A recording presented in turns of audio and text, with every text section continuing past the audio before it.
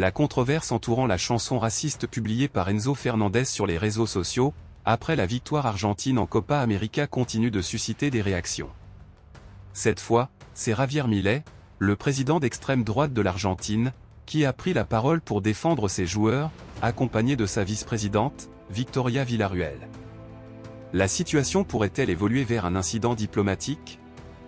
Jusqu'à présent, seule la FFF, la FIFA, Chelsea et certains joueurs ont réagi à la chanson raciste des champions de la Copa América.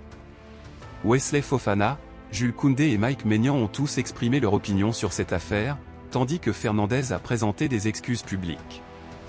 La presse argentine a également été sévère envers ses joueurs, affirmant que le temps du folklore était révolu, qualifiant cet acte de pur racisme. Maintenant, c'est la classe politique argentine qui s'empare de cette affaire, avec un message radicalement différent. Julio Garro, sous-secrétaire d'État au sport, a demandé des excuses de Lionel Messi, bien qu'il ne soit pas présent dans la vidéo. Le capitaine de l'équipe nationale doit s'excuser pour cette affaire, tout comme le président de l'AFA, a-t-il déclaré dans les colonnes du journal argentin Clarín.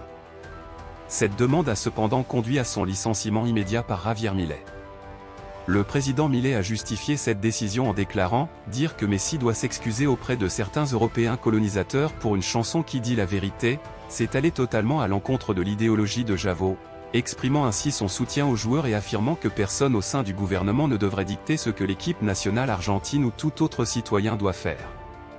Pour cette raison, Julio Garro n'est plus le sous-secrétaire au sport de la nation, a-t-il ajouté sur sa page officielle. Victoria Villarruel, la vice-présidente argentine, a également pris la parole. Nous n'avons jamais eu de colonie ni de citoyens de seconde zone. Nous n'avons jamais imposé notre mode de vie à personne. Mais nous n'allons pas non plus tolérer qu'ils nous fassent cela. L'Argentine a été créée avec la sueur et le courage des Indiens, des Européens, des Créoles et des Noirs comme Remedio del Val, le sergent Cabral et Bernardo de Monteagudo. Aucun pays colonialiste ne nous intimidera pour une chanson de football ou pour dire des vérités. Arrêtez de feindre l'indignation, hypocrite. Enzo, je suis avec toi, a-t-elle déclaré sur son compte X. L'affaire ne semble pas près de se terminer. L'ampleur des réactions internationales et locales témoigne de la sensibilité du sujet. Tandis que les instances sportives et certains joueurs appellent à des sanctions et des excuses, le gouvernement argentin adopte une position de défi et de soutien à ses joueurs. Le licenciement de Julio Garro démontre la détermination du président Milei à ne pas tolérer les critiques internes contre l'équipe nationale.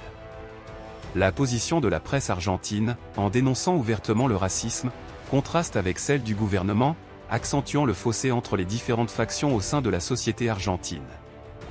Les propos de Victoria Villarruel soulignent une rhétorique nationaliste, rappelant les contributions de divers groupes ethniques à la construction de l'Argentine, et rejetant toute forme de soumission aux critiques internationales. L'opinion publique, divisée, reflète les tensions sous-jacentes à cette affaire. Certains soutiennent l'appel à des excuses et à une reconnaissance des torts causés, tandis que d'autres appuient la position de défi adoptée par Milei et Villarruel.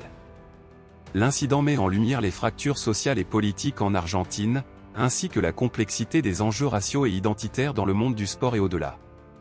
En fin de compte, la chanson d'Enzo Fernandez et la réaction qu'elle a déclenchée révèlent les profondes divisions et les débats qui traversent non seulement l'Argentine, mais aussi la communauté internationale, sur des questions de racisme, de colonialisme et de responsabilité dans le sport. La situation est loin d'être résolue et continuera probablement à alimenter les discussions et les controverses à l'échelle mondiale.